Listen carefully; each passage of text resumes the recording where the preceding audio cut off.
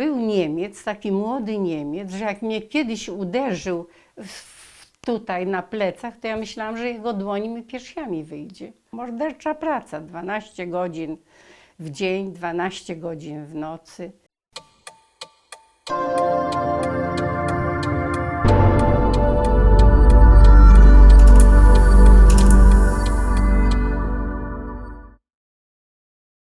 Pierwszego września wybuchła wojna, a 3 września myśmy mieszkali wtedy u wujostwa. Wujostwo mieli dom taki piętrowy. Za domem była taka pusta parcela i 3 września na tą parcelę upadła bomba.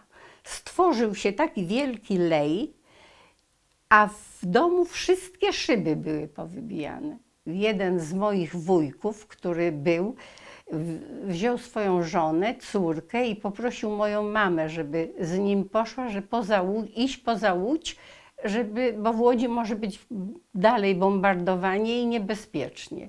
I rzeczywiście, żeśmy pieszo szli, chyba cały dzień szliśmy, na następny dzień, to chyba było 4 września, i doszliśmy do takiej wsi Kiełmina i taki domek stał. Weszliśmy do tego domku, jak się okazało, to tam już były 3 czy 4 panie z dziećmi u tej gospodyni, które też uciekły z Łodzi, żeby się chronić przed bombardowaniem. I tam pierwszego wieczoru zaczęła się kanonada. I no, te panie i wujek i dzieci modliły się, no, płakały, a ten wieśniak, ten gospodarz, taki pan w granatowej maciejówce, ja pamiętam, w granatowej maciejówce, w takiej szarej koszuli i w spodniach wpuszczonych w buty do półłydki, wyszedł na dwór, przychodzi i mówi: kobity, kładź ta się spać, bo jest cicho wokół. A żona gospodarza mówi: mój chłop jest głuchy jak pień. Tato mój był plutonowym rezerwy 26 Pułku Artylerii Lekkiej. I tak jak w pierwszej mobilizacji był powołany do wojska. To był koniec marca 1939 roku. I nawet w okresie kwietnia, maja, czerwca, lipca, jeszcze na początku sierpnia, to w sobotę przychodził do domu, a w niedzielę po południu wracał do Koszar. Przeszedł ten szlak bojowy z Armią Łódź do Warszawy i jako obrońca Warszawy został wzięty do niewoli po kapitulacji. I tato i 2 plutonowych z taty oddziału pod osłoną nocy zwiali z transportu, uciekli. No później były kłopoty, tato się musiał ukrywać. Zostały załatwione ojcu papiery na inne nazwisko i jako ochotnik zgłosił się na przymusowe roboty do Niemiec, bo rodzice wtedy nie mieli tak pieniędzy, żeby wiele rzeczy załatwić, a w domu nie mógł być, bo bardzo często tacy niemieccy żołnierze, tak nazywano werkszucami, z takimi czubkami tutaj na czapkach, w nocy przychodzili i sprawdzali, czy ojca nie ma. Ponieważ często nas nawiedzali żołnierze niemieccy w sprawdzaniu, czy ojca nie ma w domu, więc już wszystko inne staraliśmy się, żeby to było zgodnie z wymogami okupanta. Więc w listopadzie 1942 roku ja musiałam iść do tego Urzędu Pracy Niemieckiego, do tego Arbeitsamtu. Tam się zarejestrowałam i dostałam nakaz pracy w fabryce nici na Widzewie od stycznia 1943 roku. No, pracowałam na przędzalni. W październiku 1943 roku przyszli do fabryki Niemcy. Nie wiem, kto typował tych ludzi, bo to nie tylko mnie wtedy wzięli. Tam wzięli taką grupę, nas tam było chyba z 15 osób i ja byłam najmłodsza, ale były starsze panie ode mnie. i zabrali nas. Tak jak staliśmy w pracy, tak nas zabrali na samochód taki ciężarowy i zawieźli na Kopernika. Nikt nic nie miał, dopiero koleżanka po pracy poszła do mojej mamusi i powiedziała, i moja mamusia wtedy zaczęła tam rozpytywać i się okazało, że nas zawieźli na Kopernika. To było kiedyś więzienie, to było wiadomo gdzie. I mamusia poszła i stała tam za murami tego i mnie dojrzała. I spis wtedy był tych zabranych i potwierdziło się. To moja mamusia chyba 3. czy 4. dnia przerzuciła mi walizkę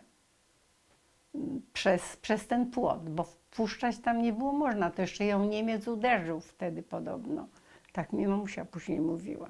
I to szczęście, że mamusia tą walizkę takim pasem skórzanym opasała, bo tak to by się rozsypała cała.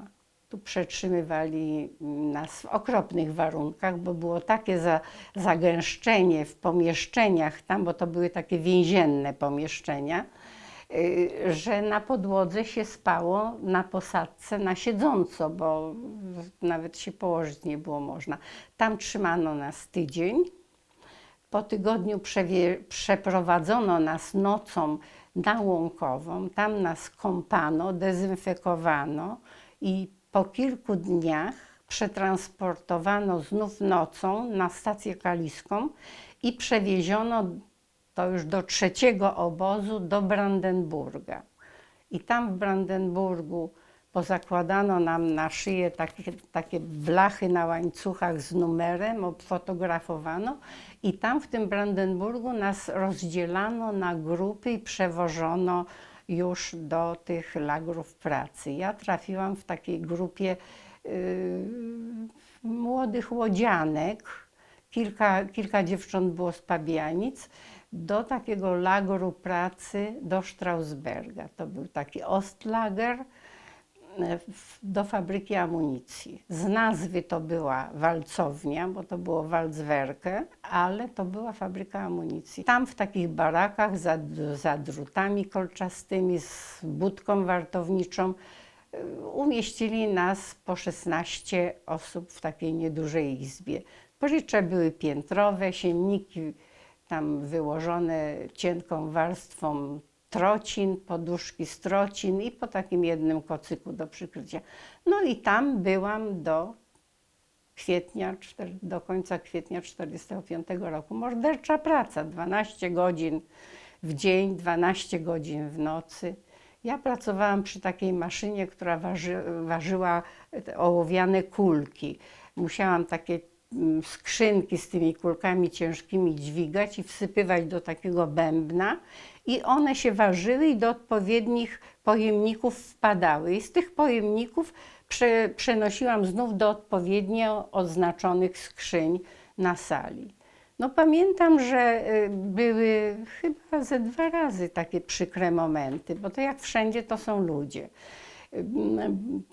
Jako taka młoda dziewczyna w nocy to mi było ciężko przetrwać. Czasem siedząc i patrząc, czy te kulki tam wpadają, zasnęłam. I była taka majstrowa, taka sympatyczna Niemka była, taką twarz miała bardzo, taką przyjazną. No to doszła i Steffi nicht mehr schlafen. A był Niemiec, taki młody Niemiec, że jak mnie kiedyś uderzył tutaj na plecach, to ja myślałam, że jego dłoń mi piersiami wyjdzie.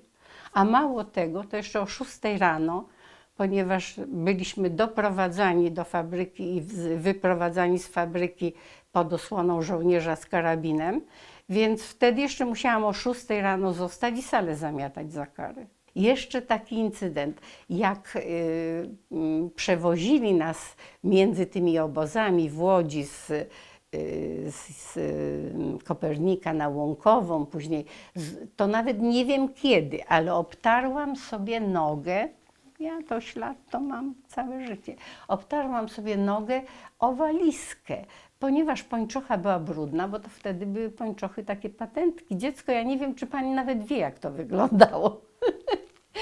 Bawełniane wprążki. I to się zabrudziło, zainfekowało i ja cały czas miałam rany. I tam w czasie tej pracy w tej fabryce amunicji było laboratorium i oni ciągle mi przykładali jakieś takie proszki, rozgniatali i przykładali na tą nogę.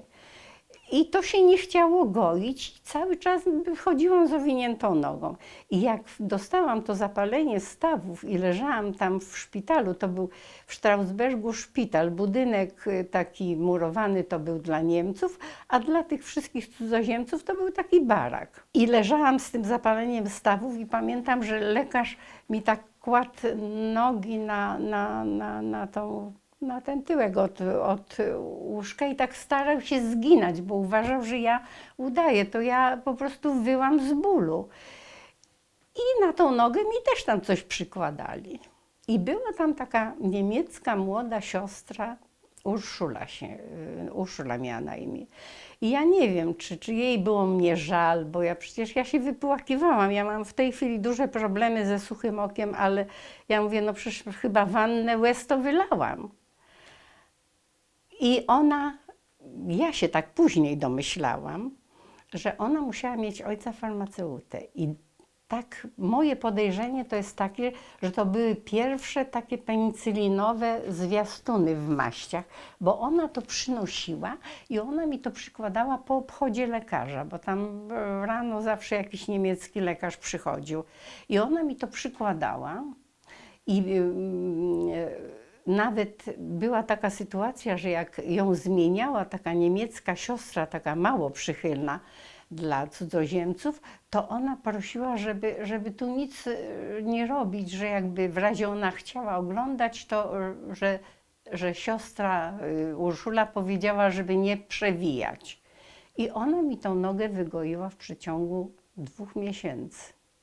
Ta noga to było całe szczęście, bo gdybym ja miała jeszcze tą ranę, no to by na pewno jakaś tam sepsa się w końcu wyłoniła.